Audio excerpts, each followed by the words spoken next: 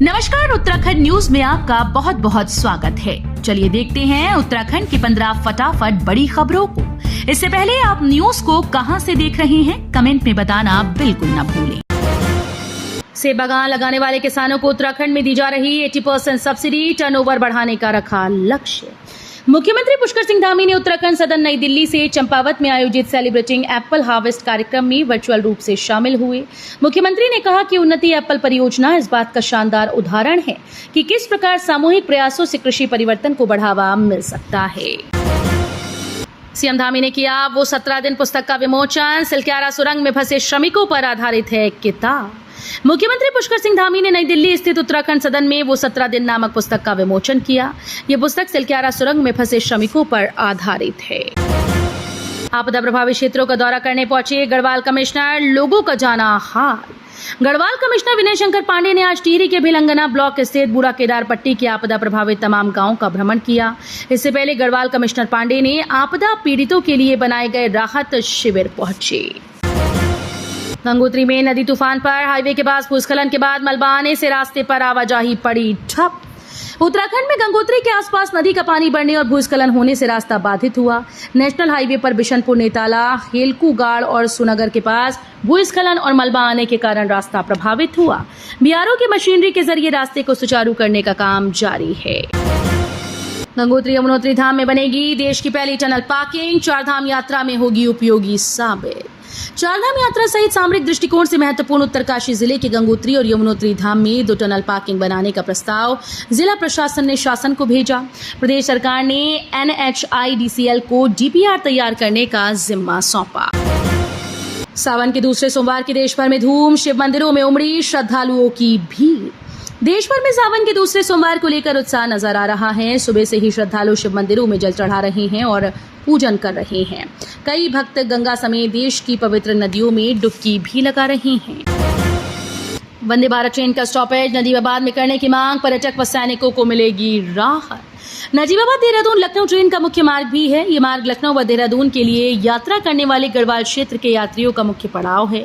यदि वंदे भारत ट्रेन नजीबाबाद में रोकी जाती है तो न सिर्फ इससे गढ़वाल राइफल्स के सैनिक बल्कि पर्यटकों समेत आम जनता को भी काफी राहत मिलेगी। महाविद्यालय के बाहर 31 जुलाई को प्रदर्शन की चेतावनी, प्रदेश के सभी कॉलेजेस में जांच की मांग। टैबलेट वितरण धांधली के मामले में राजनीति से जुड़े लोग भी खुलकर सामने आने लगे हैं।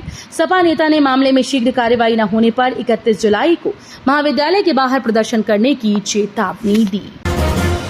हरियाणा के कांवड़ियों की चलती बाइक में लगी आग, मची अफरा तफरी, कूदकर बचाई जान। ऋषिकेश में चंद्रभागा पुल के पास हरियाणा के कांवड़ियों की चलती बाइक में अचानक से आग लग गई। बाइक में आग लगने से कांवड़ियों, राहगीरों और आसपास के दुकानदारों में अफरा तफरी मच गई। वहीं मार्ग पर भी लंबा जाम लग गया। बिजली की बढ़ी दरों को लेकर लोगों में आक्रोश, सरकार के खिलाफ आंदोलन की चेतावनी। वरिष्ठ नागरिकों की बैठक में विद्युत दरों में बढ़ोतरी पर तीव्र आक्रोश जताया गया। वक्ताओं ने कहा कि अगर जनहित को देखते हुए विद्युत दरों में की गई वृद्धि को जल्द वापस न लिया गया तो उन्हें आंदोलन के लिए बाध्य होना पड़ेगा। कोरोना काल में निजी स्कूल ने वसूली अतिरिक्त फीस नहीं लौटाई, बाल आयोग ने दिया 1 हफ्ते का समय। कोरोना काल में निजी स्कूल्स के द्वारा वसूली गई अतिरिक्त फीस अभिभावकों को लौटाने का आदेश है। इसके बावजूद स्कूल्स ने कई अभिभावकों को अतिरिक्त फीस आज तक नहीं लौटाई है। आज हरिद्वार पहुंचेंगे सीएम धामी, कांवड़ियों पर करेंगे पुष्प वर्षा, हाई अलर्ट पर सुरक्षा व्यवस्था। धर्मनगरी में जहां कांवड़ियों का हुजूम उमड़ने लगा है, हाईवे से लेकर शहर के अंदर कांवड़ियों के दोपहिया वाहन और डीजे की गूंज है। ऐसे में कार्यक्रम को लेकर सुरक्षा व्यवस्था हाई अलर्ट पर है। सांप के काटने से भारत में होती है सबसे अधिक मौतें, भाजपा सांसद ने कहा हर साल 50,000 लोगों की जाती है जान। भाजपा सांसद राजीव प्रताप रूडी ने कहा कि देश में सांप के काटने से हर साल करीब 50,000 लोगों की मौत हो जाती है। उन्होंने इस मुद्दे को लोकसभा में उठाते हुए कहा कि प्रत्येक साल करीब 30 से 40 लाख लोग इसके शिकार होते हैं। उन्होंने आगे कहा कि देश में सांप से होने वाली मौत को रोका जा सकता है। दिल्ली सरकार की आपराधिक लापरवाही से गई छात्रों की जान, बांसुरी स्वराज ने की जांच कमेटी गठित करने की मांग। बीते दिन दिल्ली के ओल्ड राजेंद्र नगर में हुई 3 छात्रों की मौत के बाद राजनीति तेज हो गई। दिल्ली से लोकसभा सांसद बांसुरी स्वराज ने छात्रों की मौत को लेकर आप सरकार को घेरा है। सभी स्कूली बच्चों के लिए रहेंगे 10 दिन बैगलेस, शिक्षा मंत्रालय ने जारी की गाइडलाइन। केंद्रीय शिक्षा मंत्रालय ने सोमवार को बैगलेस डे के लिए कक्षा 6 से 8 में इम्प्लीमेंट के लिए गाइडलाइन जारी कर दी।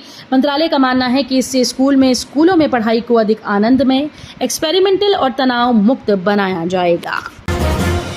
तो ये थी उत्तराखंड की 15 बड़ी खबरें। रोजाना ऐसे ही सबसे पहले अपडेट पाने के लिए चैनल को सब्सक्राइब करना बिल्कुल ना भूलें।